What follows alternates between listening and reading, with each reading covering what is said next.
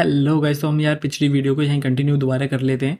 उसमें हम फॉर्मेटिंग देख रहे थे कि कैसे हम अपने विजुअलाइजेशन को फॉर्मेट कर सकते हैं, तो उसी को ही आगे देख लेते हैं। ठीक है, ये हमने उसमें विजुअलाइजेशन एक छोटा सा विजुअलाइजेशन बना लिया था। इसमें देख लेते हैं कि एक कॉलम है, ये दो कॉलम है। इस एक कॉलम को अगर हमें छोटा या बड़ा करना है, देखो यहाँ कर्सर बदल गया। जैसे ही मैंने ऐसे किया, देखो कर्सर बदलता जा रहा है और यहाँ जगह छोटी बड़ी होती जा रही है।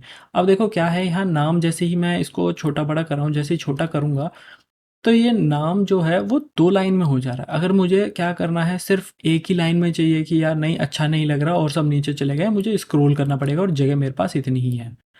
तो मैं क्या करूँगा, इसको ऑन ऑब्जेक्ट इंटरैक्शन मोड में डालूँगा ना, तो मुझे फिर यहाँ से जाना पड़ेगा। और हाँ, देखो कभी-कभार क्या है, देखो यहाँ पे सब चीज़ गायब है, मैं और हटा देता हूँ।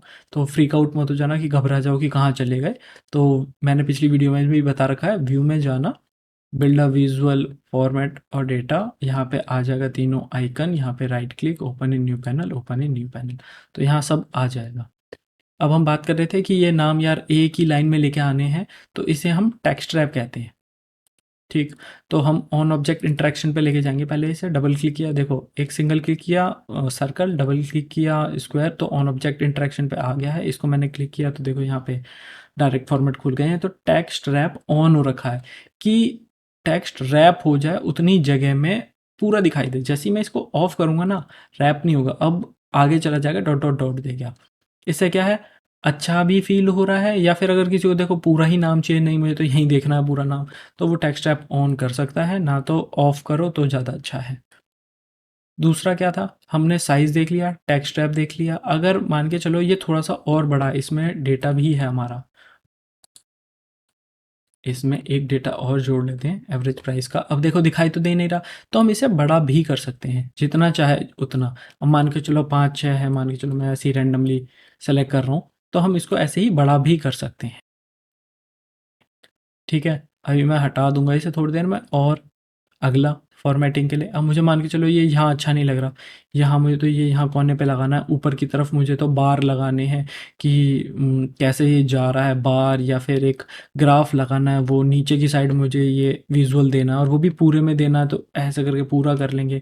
इसका फॉर्मेटिंग में इनका जो फ़ॉन्ट साइज़ है वो बढ़ा कर लेंगे। तो हम बस पूरा पावर बीआई जो टूल है उसका काम ही ये है कि अच्छे से विजुलाइज करवाना। एट द एंड हमारा मोटो यही होगा कि अच्छा दिखे और सामने वाले को अच्छा फील हो कि हाँ यार मेरा डेटा बहुत अच्छे से है और इंटरेक्शन पे काम चल रहा हो। तो हम और देख लेते हैं इसका। यहाँ जैसे देखो मैंने क्लिक किया और इसे ड्रैग कर सकता हूँ मैं, ऐसे ही कॉपी पेस्ट काम करता है इस पर। कंट्रोल सी और कंट्रोल वी, देखो मुझे इसकी कॉपी बनानी है। और मान के चलो मैंने यहाँ रंग कर रखे हैं, बहुत अच्छे से फ़ॉन्ट कर रखे हैं, पर मुझे डेटा अलग चाहिए, तो कंट्रोल सी कंट्रोल वी कर सकते हैं, तो सब चीज़ वही रहेगी और हम इसमें डेटा चेंज कर सकते हैं। अब देखो जब मैंने ऊपर सेलेक्ट किया तो ये यहाँ पे, नीचे सेलेक्ट किया तो इसमें से कुछ मैं हटा देता हूँ, देखो अलग अलग हो गए। अब अलग अलग होने के बाद मैं क्या कर सकता हूँ, और फॉर्मेट दिखाता हूँ। और मान के चलो जैसे मैं कह रहा हूँ यार मुझे ऊपर वाले का अच्छा लग रहा है या नीचे वाले का अच्छा लग रहा है। हमने पिछले वीडियोस में किसी एक में देखा था, फॉर्मेट वाले में लेके आते हैं। ठीक है, यहाँ पे हम लेके आते हैं, प्रीसेट्स थे कुछ, देखो स्टाइल प्रीसेट, हम इस वाले का प्रीसेट बदलते हैं। इसमें प्रीसेट बदला फ्लैश रोज, देखो कुछ फ्लैश रोज आ गई, देखो अब छोटी बड़ी हो गई ना, तो हम ड्रैग करके इसे बड़ी कर सकते हैं। अब मान के चलो मुझे तो ये वाला बहुत अच्छा लग रहा है और मुझे इसी की ही कॉपी बनानी है, तो हम देखो ऐसे करके कंट्रोल सी कंट्रोल वी, और इसमें हम डेटा करके कॉपी बना सकते हैं। या फिर मैं इसे देखो डिलीट बटन से डिलीट हो गया है, या फिर मैं इसको क्लिक करूँगा, होम पे जाऊँगा तो देखो यहाँ फॉर्मेट पेंटर है, इसे कॉपी किया, इसे दबाया, कॉपी कह रहा हूँ। ऐसे जैसे ही हम क्लिक करेंगे और देखो ये एक ब्रश सा बन के आ गया। जैसे ही मैं इस पर क्लिक करूँगा ना, तो देखो ये सब भी फॉर्मेट बिल्कुल सेम ऐसे ही हो गया है। तो हमारा आधा काम थोड़ा सा सेव हो जाता है कि यार मुझे नहीं सेम बनाना है, तो हम ऐसे भी कर सकते हैं। और क्या था, देखो जैसे ही मैं यहाँ पे क्लिक करूँगा, साइड में क्लिक किया तो देखो यहाँ पे कुछ भी नहीं आ रहा है। जैसे ही यहाँ पे क्लिक करूँगा तो फॉर्मेट आता है। फॉर्मेट पे जैसे ही क्लिक किया, हम यहाँ पे देखो अलाइन कर सकते हैं, फाइल, मिडल।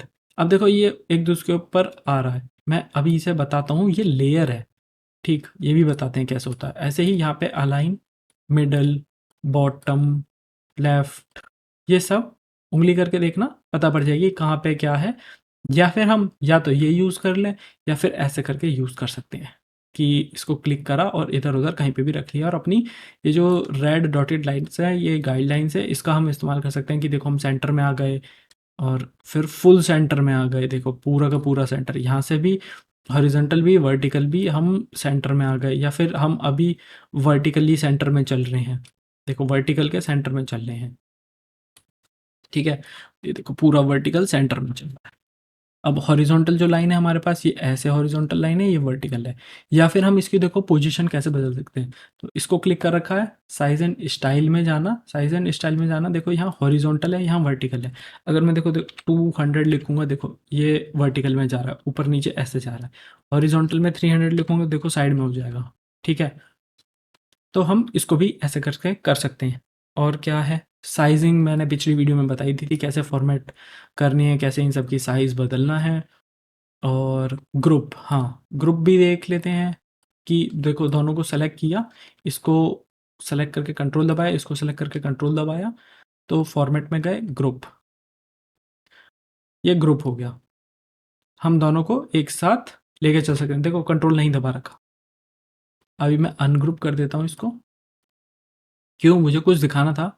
इसको अगर मैं इसके ऊपर लेके जाता हूँ, तो देखो अगर फ़ोटोशॉप या कैनवा भी यूज़ किया ना, तो तुम्हें थोड़ा-सा आइडिया होगा लेयरिंग क्या होती है। अब मान के चलो मुझे इसके ऊपर ही रखना है, पर मुझे ये पीछे और वो पीछे वाला आगे लेके आना है, तो हम यहीं फॉर्मेट वाले में जाएँगे, इसको क्लिक कर रखा है, तो ब्रिंग ये रहा सेंड बैकवर्ड करते ही ये इसके पीछे चला गया।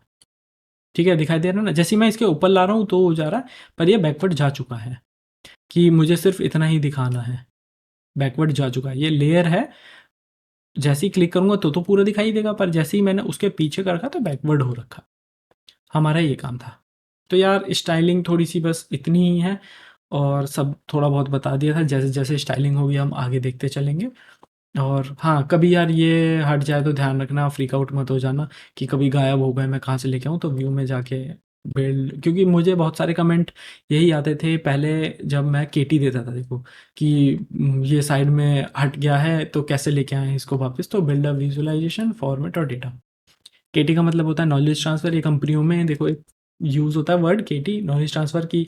कोई जूनियर है उसे नहीं पता, तो मैं उसे केटी दे रहूँगा कि ये कैसे वर्क कर रहा है, टूल क्या है, हमारी कंपनी कैसे काम करती है, तो उसे केटी कहते हैं। अभी केटी सोचो कि क्या है केटी। तो यार मिलते हैं अगली वीडियो में, तब तक के लिए बाय बाय।